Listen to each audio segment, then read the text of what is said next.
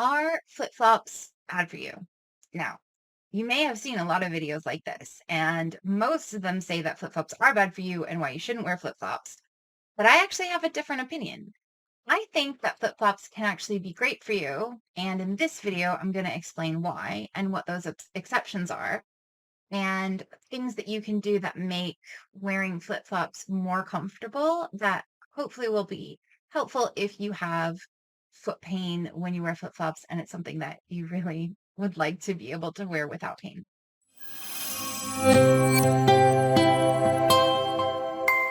So, welcome back. My name is Catherine. I'm the founder and principal therapist of LSM Clinic, a sport and remedial massage therapy clinic in East London. In this channel, I share information about how the body works and simple self-care tips to hopefully help you live as close to pain-free as possible. If you enjoy this video, I would absolutely love it if you would like it, share it with somebody who you know might be interested, subscribe if you like this kind of content. All of those things really helps to support me and this channel. So thank you. So let's talk about flip-flops. Now, this is a video that I have been wanting to make since I saw my very first anti-flip-flop video years ago. I saw this thing, I can't even remember who made it, and they were just like, reasons why you should absolutely not wear flip-flops this summer, and they're so bad for your feet. And I was like, I love wearing flip-flops, and I wear flip-flops all the time. And also, like, everyone I saw in like Southeast Asia and parts of China wore flip-flops and they seemed okay. I mean, I wasn't working as a massage therapist back then, so I can't be sure.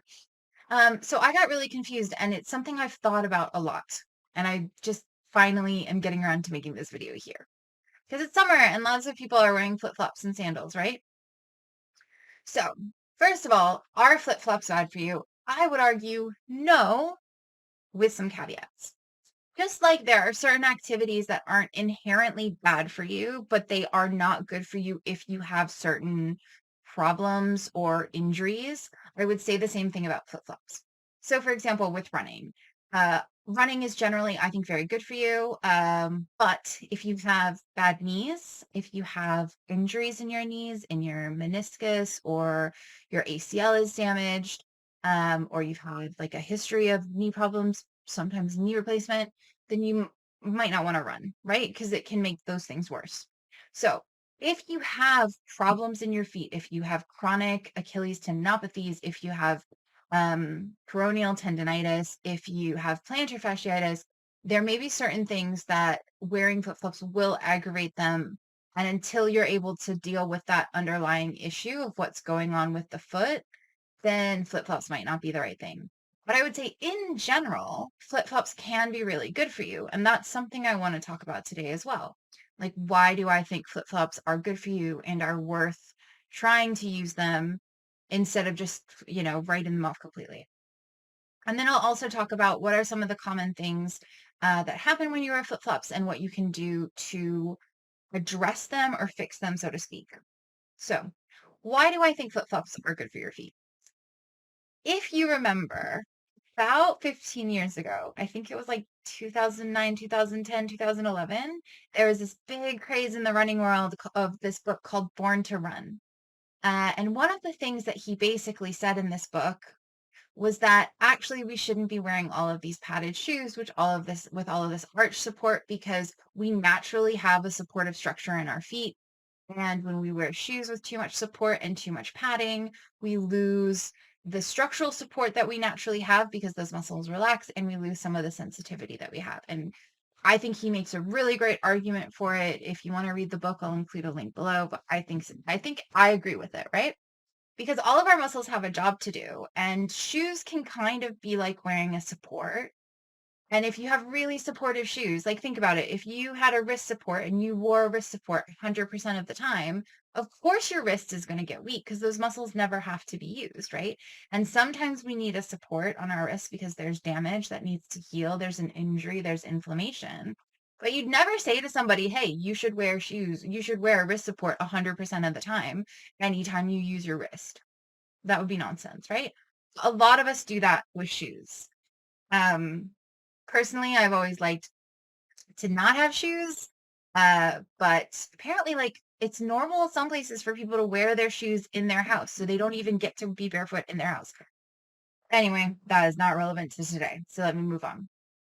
So a flip-flop, if it's a certain kind of flip-flop, which in my opinion, the strap should be secure enough that you can walk without having to worry that it's going to slip off your feet. And the sole should be flexible enough that you're able to roll through your foot. Like you don't really want like a really hard, solid, non-flexible base of the flip-flop. But when you have those things, you're basically walking around barefoot, but with some protection against your feet and padding. Now, it's true that you can also have flat-soled sandals that have straps around the ankle to kind of be more secure and a strap across the toes. I personally find that I have less movement through my foot when I'm walking in those sandals than I do in flip-flops. I do like them for certain things, especially like walking through pebble beaches. Like you can't walk through pebble beaches with flip-flops. It's just, it doesn't work. You need something that's stuck to your foot. Like walking around, popping to the shop or doing the school run or whatever. Um, I really like having that feel of being able to move fully through my foot. And so if you don't have any problems with your feet, and you want to get some practice of like getting your foot muscles to be used and to be supporting you as you're walking around, I think flip-flops are a great option. Now, there are some things that people tend to do that can make it more likely that you'll have pain with wearing flip-flops. And one of the most common ones is scrunching your feet. Now, in some of the videos I've seen where people say like, don't wear flip-flops because it's bad for you, they talk about it as if scrunching your toes to hold on to the flip-flop is a foregone conclusion. Like no matter what, if you're wearing flip-flops, it's going to happen. It is not going to happen no matter what, but it might be a habit that you have to break. Here's the thing.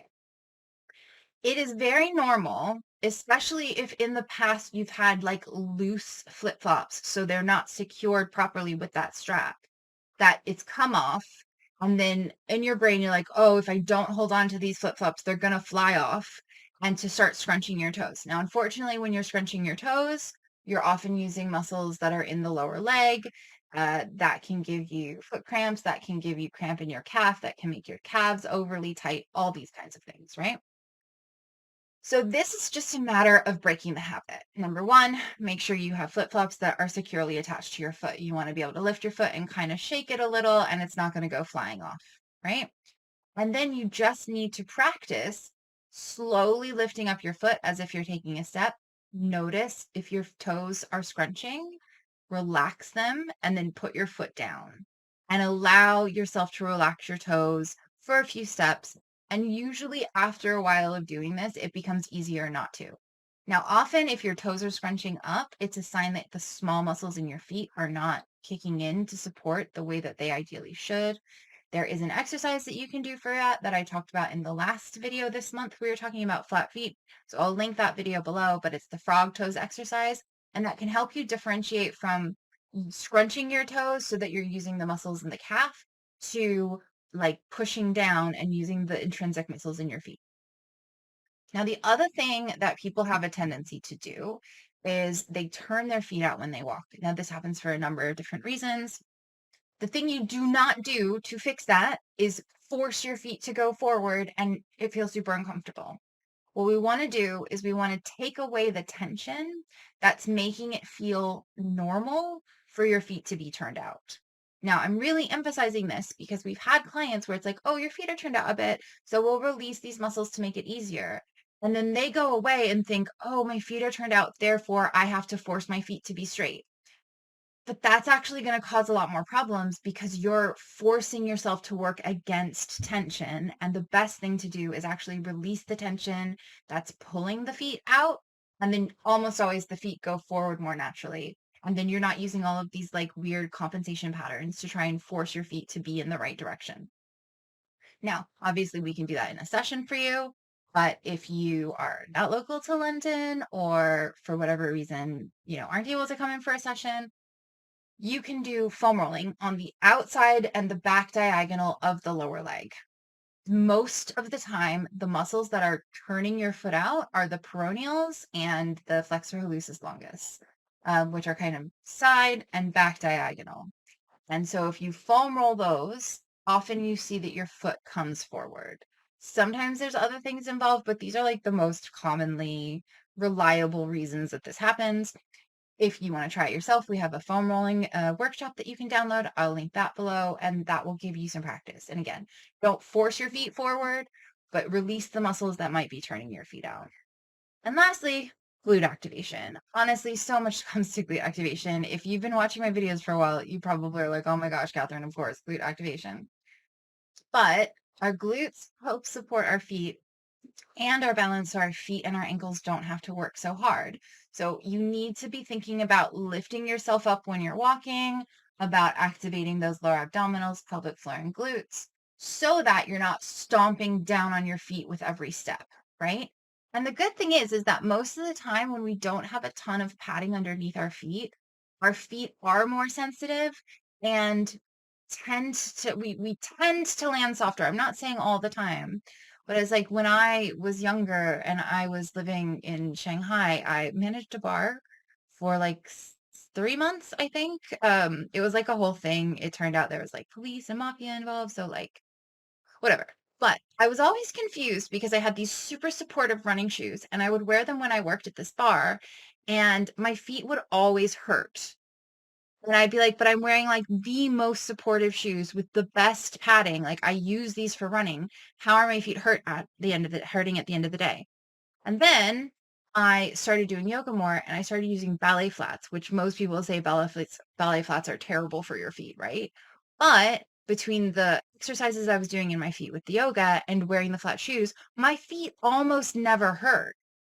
And my theory as to why that happened is because I stopped wearing shoes that I could stomp on without repercussions because they had so much padding to shoes where I had to kind of alter my gait to come down more softly. And I was doing work that helped me with my balance and my lumbopelvic stability. So we have covered are flip-flops inherently bad for you? I argue no. Uh, how flip-flops can actually be good for you. And finally, some things that you might be doing that aggravate your foot pain and what you can do about them. So hopefully this video was helpful for you. If you would like to receive my 3 monthly emails with self-care tips, I send out old videos that I think are relevant in the moment. I do new videos. I do stuff in emails that I don't share on YouTube, including stories about stuff. And so if you want to subscribe to that, you can, there's a link below that's like subscribe to LSM emails.